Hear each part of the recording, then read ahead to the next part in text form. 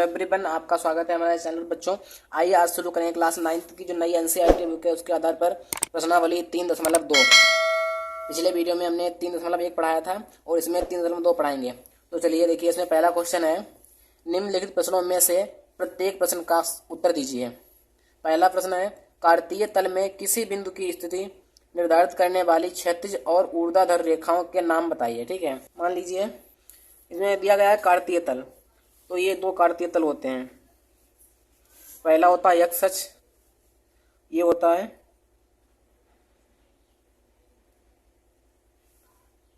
क्षैतिज तल। ठीक है, क्षैतिज तल जिसे कहते हैं एक्स अक्ष। ठीक है, और दूसरा होता है ऊर्ध्वाधर तल, ऊर्ध्वाधर तल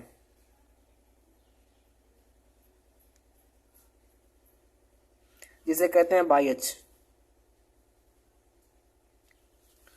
तो इसमें देखिए कहा गया है, कार्तीय तल में किसी बिंदु की स्थिति निर्धारित करने वाली क्षैतिज और ऊर्ध्वाधर रेखाओं के नाम बताइए। ठीक है, यानी कि जो क्षैतिज तल है उसका नाम होता है एक्स अक्ष और जो ऊर्ध्वाधर तल उसका नाम होता है बाह्य अक्ष।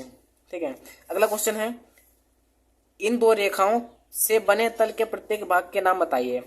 तो पहला भाग जो है ये वाला है, ठीक है, इसे कहते हैं प्रथम चतुर्थांश, और दूसरा ये वाला इसे कहते हैं द्वितीय चतुर्थांश यानी सेकेंड, और ये वाला है इसे कहते हैं तृतीय चतुर्थांश,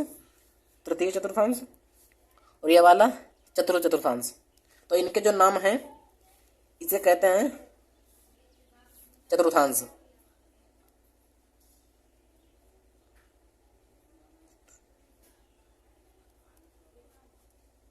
इनके जो नाम उन्हें कहते हैं चतुर्थांश।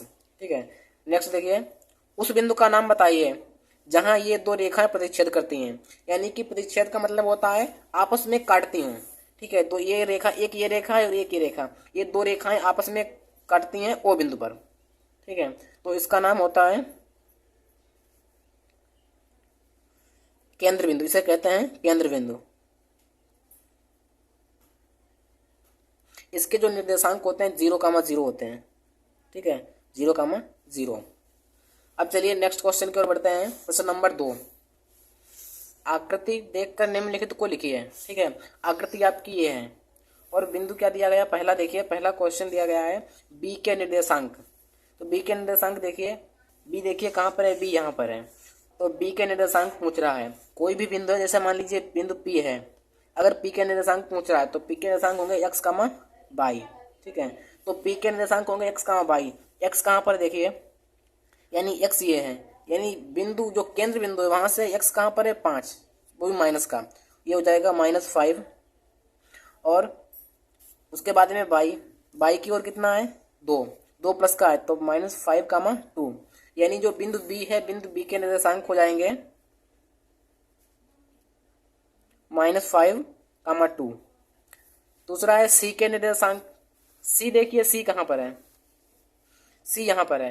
तो सी के निर्देशांक पहले एक्स और फिर वाई, यानी एक्स की ओर कितना चला है 5, तो ये हो जाएगा 5। उसके बाद में वाई की ओर देखिए, वाई की ओर कितना चला है -5, 5 का -5, ये हो जाएगा सी का।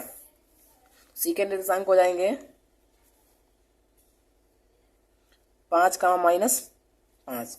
उसके बाद में तीसरा है निर्देशांक -3 का -5 द्वारा पहचाना गया बिंदु, यानी कि -5 और -3 -5 द्वारा।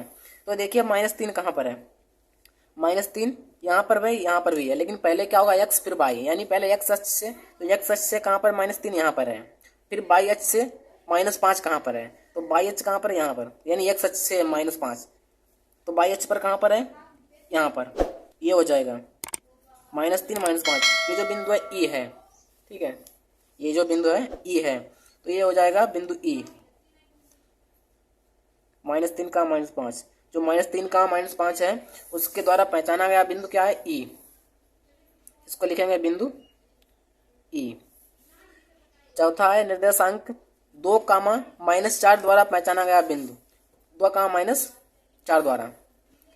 तो 2 क्या है एक्स, यानी कि जो बाई अक्ष से दूरी कितनी है 2, तो बाई अक्ष कहाँ पर, यहाँ पर है, तो ये हो गई 2, ठीक है। उसके बाद में एक्स अक्ष से दूरी यानी जो बाई है, तो एक्स अक्ष से दूरी बाई पर होगी, तो एक्स अक्ष से दूरी कितनी है -4, -4 कहाँ पर है, तो हो जाएगा बिंदु जी, 2 का -4, निर्देशांक 2 का -4 द्वारा पहचाना गया बिंदु होगा जी, ठीक है। अब देखिए 5वां है डी का भुज, तो डी के निर्देशांक पहले निकालते हैं।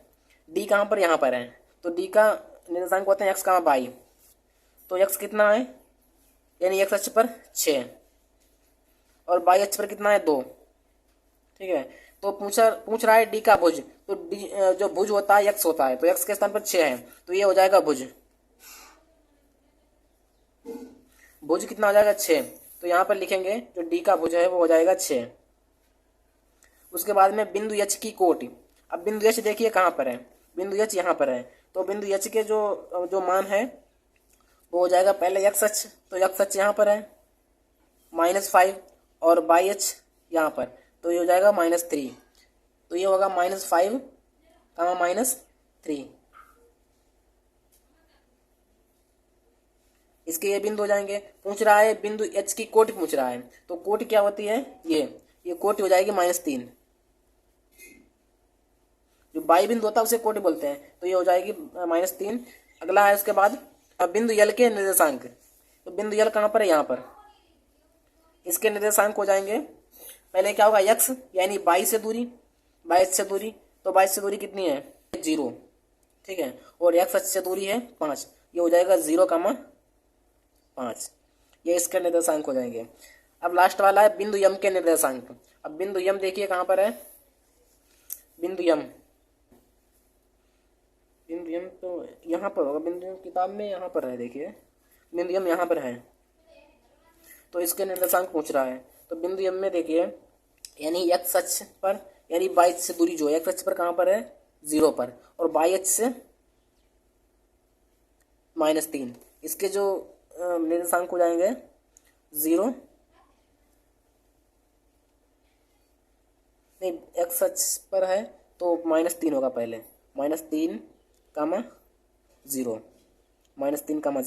तो इसके जो निर्देशांक हो जाएंगे -3, 0, और यल के कितने भी थे, यल के निर्देशांक 0,5। तो ये आपका क्वेश्चन हो गया। सभी लोग चैनल को सब्सक्राइब कर लीजिए और वीडियो को लाइक कर दीजिए। इसी तरह हमारे चैनल पर बने रहिए।